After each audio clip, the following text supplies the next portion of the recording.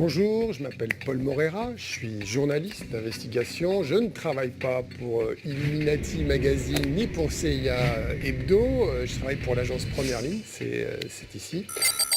Si tout est mensonge, alors ce que nous allons vous raconter est faux. Non, soyez en clair. Ne comptez pas sur nous pour vous dire que les complots, ça n'existe pas. Des complots, il y en a eu et il y en aura encore. Un exemple, un des plus gros complots de l'histoire du XXe siècle. Celui des industriels du tabac. Regardez, cette scène se passe en 1994 au Parlement américain. On l'appelle l'audition des 7 nains, car ces hommes, ce sont les 7 grands patrons de l'industrie du tabac. Les parlementaires les interrogent pour savoir si la nicotine dans les cigarettes rend les fumeurs accros. En clair, ils soupçonnent la nicotine d'être addictive. Je crois que la nicotine n'est pas addictive. Monsieur Johnson, Monsieur le député, les cigarettes et la nicotine ne répondent pas à la définition de l'addiction. Il n'y a pas intoxication. ok, ce sera non pour vous, on n'a pas beaucoup de temps, je crois que vous pensez tous que la nicotine n'est pas addictive, on a juste besoin de l'enregistrer. Je crois que la nicotine n'est pas addictive. Est-ce que ces grands patrons disent la vérité? Qu'en pensez-vous?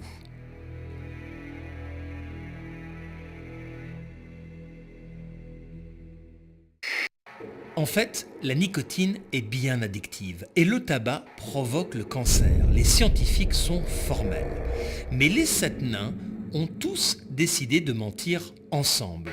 Pour entretenir le doute, ils ont même financé des publicités massives pour faire croire que le tabac, en fait, c'est bon pour la santé. You say I'll feel better smoking, Philip Morris? Yes, you will feel better. And here are the reasons why. In case after case, coughs due to smoking disappear. Parched throat clears up. That stale, smoked out feeling vanishes. Ce complot est resté secret pendant des décennies. Il a coûté des vies humaines. À votre avis, comment sait-on que c'était un complot? Nous savons que c'était un complot parce que des employés de l'industrie du tabac ont eu le courage de dénoncer les mensonges. Surtout cet homme, Merrell Williams. Il travaillait pour un cabinet d'avocats au service d'un géant du tabac. Il a décidé d'envoyer des rapports confidentiels à un docteur, ce cardiologue spécialiste du tabac. Et son courage a fait basculer le sens de l'histoire. La justice a enquêté. Les industriels du tabac ont été condamnés à de très lourdes amendes. Et des millions de documents confidentiels ont été révélés au grand jour. Vous pouvez les lire vous-même gratuitement sur Internet. Et vous pouvez chercher, il y a 14 millions, vous voyez ici, 14 millions de documents qui sont publics.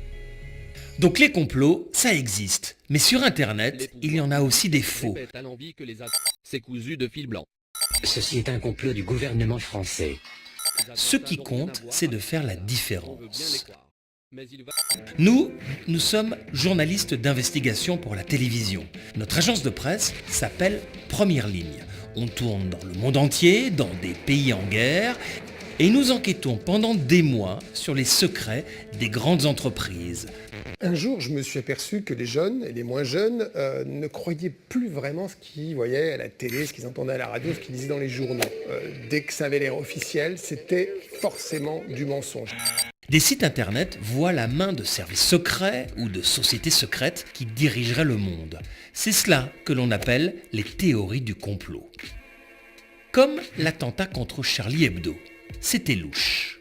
Beaucoup y voient clairement une manipulation de services secrets occidentaux, de véritables commandos, dans leur façon de bouger, de tirer. Alors, je peux vous en parler d'autant plus facilement qu'on était très très près de l'événement. Ici, c'est les locaux de Première Ligne. Là, c'est la porte d'entrée de l'agence. Et ici, dans ce couloir, c'était la porte de Charlie Hebdo. À gauche! Là, là, là! Au moment de l'attaque contre Charlie Hebdo, notre équipe s'est réfugiée sur le toit et un de nos journalistes a filmé les 2 terroristes qui tiraient sur des policiers dans la rue après avoir tué 11 personnes dans notre immeuble. Ces images ont été diffusées sur toutes les chaînes, mais très vite sur Internet, des sites complotistes ont utilisé nos images tirées de la télé pour mettre en doute la version officielle. Écoutez bien. Pourquoi ces gens qui étaient dans le bâtiment Charlie Hebdo sont partis se réfugier sur les toits munis de gilets pare-balles? Étaient-ils au courant aussi de l'attaque? Portaient-ils des gilets pour éviter toute bavure lors de cette attaque? On nous accuse, nous journalistes, d'avoir été au courant de l'attaque à l'avance, de faire partie d'un gigantesque complot. Cette histoire de gilets pare-balles, qu'en pensez-vous? Les fameux gilets pare-balles. Bon, je vais vous le montrer. Voilà, c'est ça, le gilet pare-balles que vous avez vu à la télévision. Il n'y a aucun mystère, c'est des gilets, on en a 2 dans la rédaction. On est une agence de presse et donc régulièrement on est amené à aller dans les pays en guerre et on est quasiment obligé d'avoir des gilets pare-balles, ne serait-ce que pour des raisons d'assurance.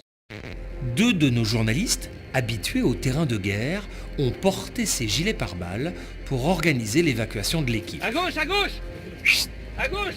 Pour comprendre pourquoi nos 2 journalistes portaient ces fameux gilets pare-balles, qu'auraient dû faire les théoriciens du complot.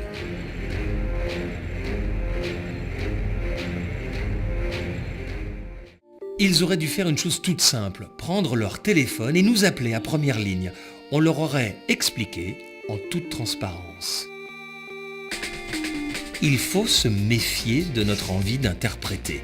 C'est la différence entre la réalité et le mensonge. Une réalité objective, c'est un fait qui existe et que vous êtes obligé d'admettre, quelle que soit votre opinion.